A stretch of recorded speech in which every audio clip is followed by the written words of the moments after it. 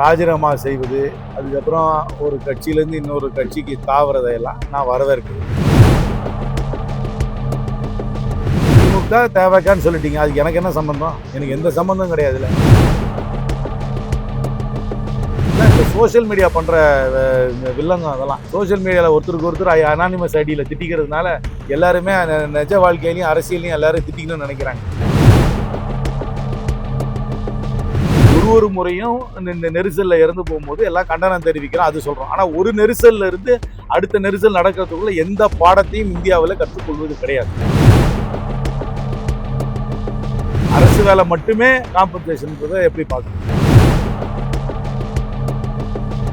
இருக்கிற இந்த சோசியல் மீடியாவை கொஞ்சம் கையாளக்கூடியவர்களா இருக்கிறாரு.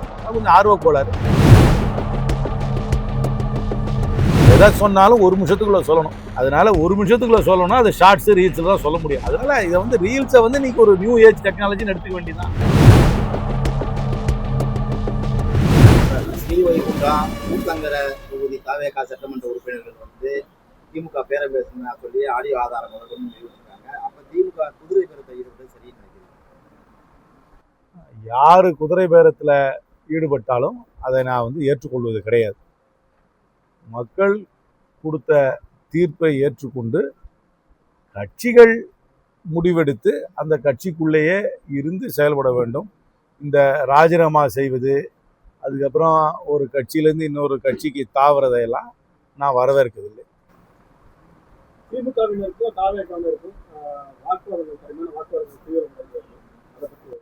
திமுக தேவைக்கான்னு சொல்லிட்டீங்க, அதுக்கு எனக்கு என்ன சம்பந்தம்? எனக்கு எந்த சம்பந்தம் கிடையாதுல்ல. என்னை பொறுத்த வரைக்கும் ஒரு பொலிட்டிக்கல் டயலாக் என்பது, பொலிட்டிக்கல் டிஸ்கஷன் என்பது, பொலிட்டிக்கல் டிபேட் என்பது ஒரு நாகரிகமாக நடக்க வேண்டும், ஆக்கப்பூர்வமாக நடக்க வேண்டும், கொள்கைகளை பற்றி நடக்க வேண்டும், அதை நடைமுறைப்படுத்த வேண்டிய திட்டங்களை பற்றி நடத்த வேண்டுமே தவிர தனிநபர் விமர்சனங்களை தவிர்த்து விட்டு இருக்க வேண்டும். ஆனால் தமிழ்நாடு பாலிடிக்ஸ் அது இமோஷன் அண்ட் பர்சனாலிட்டிஸை நம்பி இருக்கிறதுனால நிறைய தடவை டிபேட்ன்றது ஒரு தனிநபர் தாக்குதல் இல்லைனாக்க தனிநபர் விமர்சனத்தை நோக்கி தான் செல்கிறது. ஏன்னா அது ஒரு இமோட்டிவ் பர்சனாலிட்டி ட்ரிவன் பாலிடிக்ஸ் தான் தமிழ்நாட்டில் இருக்கு. ஒரு சப்ஸ்டாண்டிவ் பாலிசி ட்ரிவன் பாலிடிக்ஸ் தமிழ்நாட்டுக்கு வர வேண்டும் என்பது என்னுடைய விருப்பம். இல்லை, நேற்று நான் ஊருக்கு வரலான்னு முன்னாடியே பிளான் போட்டுட்டேன். ஏன்னா நான் 2 வாரம் வெளியூரில் இருந்ததுனால நான் தொகுதிக்கு வரலான்னு முன்னாடியே பிளான் போட்டதுனால என்னால் செயற்குழுவில் கலந்து கொள்ள முடியல. ஆனால் செயற்குழுவில் எடுத்த முடிவுகள் அனைத்தையும் நான் ஏற்றுக்கொள்கிறேன். எனக்கு தெரிஞ்சு எல்லா பொலிட்டிக்கல் பார்ட்டிஸுமே எல்லாரோடய ஃப்ரெண்ட்லியாக இருக்கணும். எதுக்கு ஃப்ரெண்ட்லியாக இருக்கக்கூடாது? ஒரு பொலிட்டிக்கல் பார்ட்டியோட ஐடியாலஜிக்கல் டிஃப்ரென்ஸோ பொலிட்டிக்கல் டிஃப்ரென்ஸோ இருந்ததுனாலே சண்டை போட்டுக்கணும்னு அர்த்தமா? இந்த சோஷியல் மீடியா பண்ணுற வில்லங்கம் அதெல்லாம். சோஷியல் மீடியாவில் ஒருத்தருக்கு ஒருத்தர் அனானிமஸ் ஐடியில் திட்டிக்கிறதுனால எல்லாருமே நிஜ வாழ்க்கையிலையும் அரசியலையும் எல்லாரும் திட்டிக்கணும்னு நினைக்கிறாங்க. தனிநபர்களுக்குள்ள நட்பு இருக்கலாம். எனக்கு எல்லா கட்சியிலும் நண்பர்கள் இருக்காங்க. எனக்கு பிஜேபியிலையும் தான் நண்பர்கள் இருக்காங்க, எனக்கு டிஎம்கேல நண்பர்கள் இருக்காங்க, ஏடிஎம்கேல நிறைய நண்பர்கள் இருக்காங்க, டிவிகேல நண்பர்கள் இருக்காங்க. எல்லா கட்சியிலும் எனக்கு நண்பர்கள் இருக்காங்க. கருத்து வேறுபாடு, கொள்கை வேறுபாடு இருப்பதாலேயே தனிநபர் விமர்சனத்தில் ஈடுபட வேண்டும் என்ற அவசியம் கிடையாது. தனிநபர் உறவு இல்லாமல் தான் இருக்கணும்ன்றது அவசியம் கிடையாது.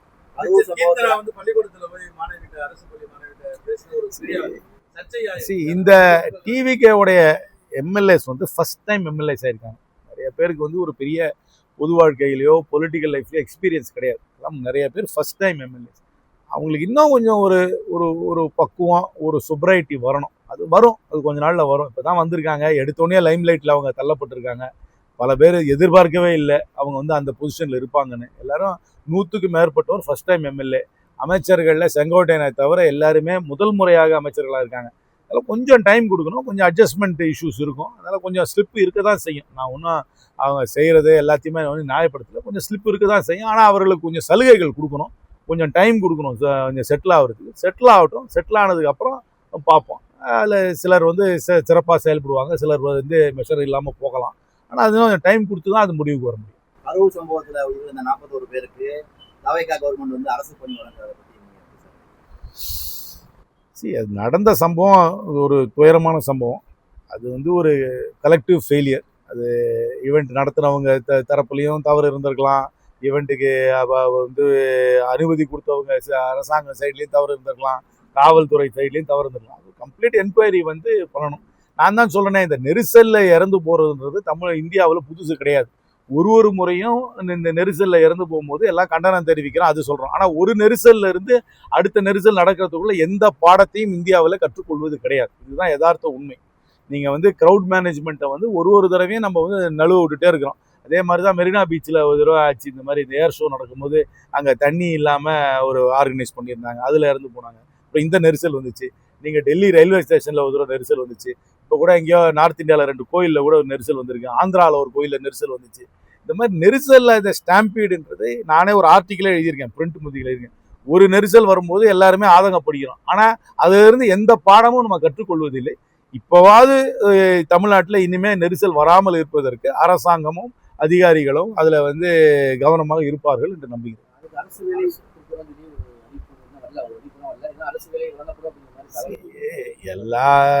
எல்லா ட்ராஜடிக்குமே கவர்மெண்ட் ஜாப் தான் காம்பன்சேஷன் நம்ம பார்க்க முடியாது. மற்ற வகையிலையும் காம்பன்சேட் பண்ணலாம்.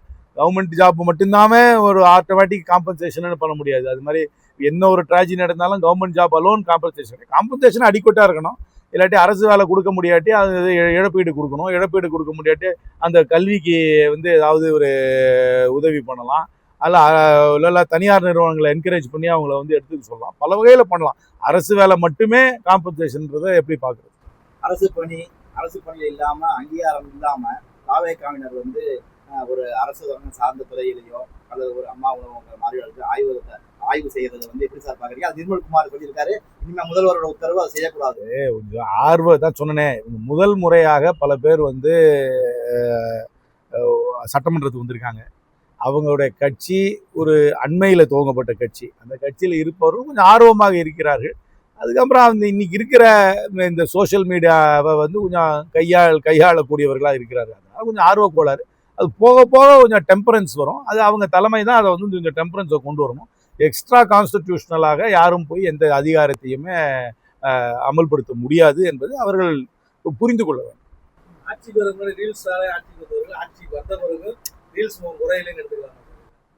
இது வந்து நீங்கள் நியூ ஏஜ் டெக்னாலஜி. இன்னைக்கு யாரும் பேப்பரே படிக்கிறது இல்லை. 30 நிமிஷம் செய்தியெல்லாம் பார்க்கறதில்ல. நீங்கள் நினைக்கிற டிபேட் எல்லாம் டிவியில் யாரும் பார்க்குறதே கிடையாது. எல்லாருக்கும் 1 நிமிஷத்துக்கு மேலே கவனம் இருப்பதே கிடையாது. இப்போ வந்து யாராவது வந்து ஒரு 1/2 மணி நேரமோ 1.5 மணி நேரமோ சொற்பொழிவெல்லாம் ஆட்டுறாங்கன்னா அது கேட்கறதுக்கு தயாராகவே இல்லை. எதை சொன்னாலும் 1 நிமிஷத்துக்குள்ளே சொல்லணும். அதனால 1 நிமிஷத்துக்குள்ளே சொல்லணும்னா அது ஷார்ட்ஸு ரீல்ஸில் தான் சொல்ல முடியும். அதனால இதை வந்து ரீல்ஸை வந்து இன்னைக்கு ஒரு நியூ ஏஜ் டெக்னாலஜின்னு எடுத்துக்க வேண்டியதான், நியூ ஏஜ் கம்யூனிகேஷன் டூல்னு எடுத்துக்க வேண்டியதான். இன்னைக்கு இருக்கிற ஜென்சி அதை தாண்டி போகிறதுக்கு தயாராக இல்லை. எத்தனை பேர் வந்து ஒரு ஆர்டிக்கல் படிக்க ரெடியாக இருக்காங்க? ஒரு கட்டுரை நீங்கள் எழுதினீங்கன்னா ஒரு பத்திரிகையில் எழுதினீங்கன்னா யார் படிக்கிறேன்? நானே எழுதுறேன் அப்பப்போ ஒரு கட்டுரை. யாரும் படித்து எனக்கு கருத்து சொல்கிற மாதிரியே தெரியல. ஆனால் நம்ம ஷார்ட்ஸு ரீல்ஸ் போட்டால் தான் பார்க்குறாங்க. அதனால் இதுதான் இன்னைக்கு இருக்கிற கம்யூனிகேஷன் டூலுன்னு அதை நினச்சிக்கலாமே தவிர அதை கொச்சைப்படுத்த வேணாம். ஒரு காலத்தில் நீங்கள் பார்த்தீங்கன்னா வந்து செய்தித்தாளில் இருந்து தொலைக்காட்சிக்கு போகிறத வந்து எதுக்குது? படித்து தெரிஞ்சுக்கிற வேண்டிய செய்தியை போய் காதில் கேட்டு தெரிஞ்சுக்கிறதுன்னு அன்றைக்கி ஒரு விமர்சனம் வந்துருக்கலாம். இது ஒரு டெக்னாலஜிக்கல் அண்ட் சோஷியல் இவல்யூஷன் நினச்சிக்க வேண்டியது. 2 சட்டமன்ற உறுப்பினர்கள் தெரியல. அதெல்லாம் முதலமைச்சர் முடிவு எடுக்க வேண்டியது. யாரை வந்து துணை முதல்வர் ஆக்கணும், யாரை அமைச்சர் ஆக்கணும்ன்ற அந்த டிஸ்கிரிஷன் வந்து யார் முதல்வராக இருக்கிறார்களோ அவர்களுக்கு தான் அந்த முழு அதிகாரம் உண்டு. அது அந்த டிபேட்ல யாரும் என் கருத்தை கேட்கலாம். Too soon to pass judgment. ஏன்னா வந்து அதான் திருப்பி சொல்லணே, அவங்கலாம் வந்து ஃபர்ஸ்ட் டைம் லெஜிஸ்லேச்சர்ஸ். 100 பேருக்கு மேலே ஃபர்ஸ்ட் டைம் எம்எல்ஏ இருக்கிறாங்க.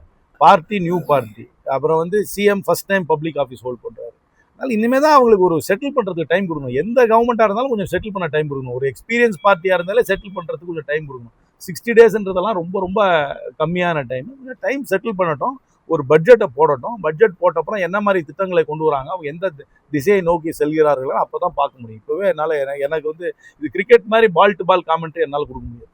கூட்டணி கட்சிகள் தலைவர்கள் இருக்காங்க, பொருளாதார என்ன யாரும் ஆலோசனை கேட்கல. நான் நிபுணர் இல்லை, அதனால என்ன கேட்கல போல இருக்கு.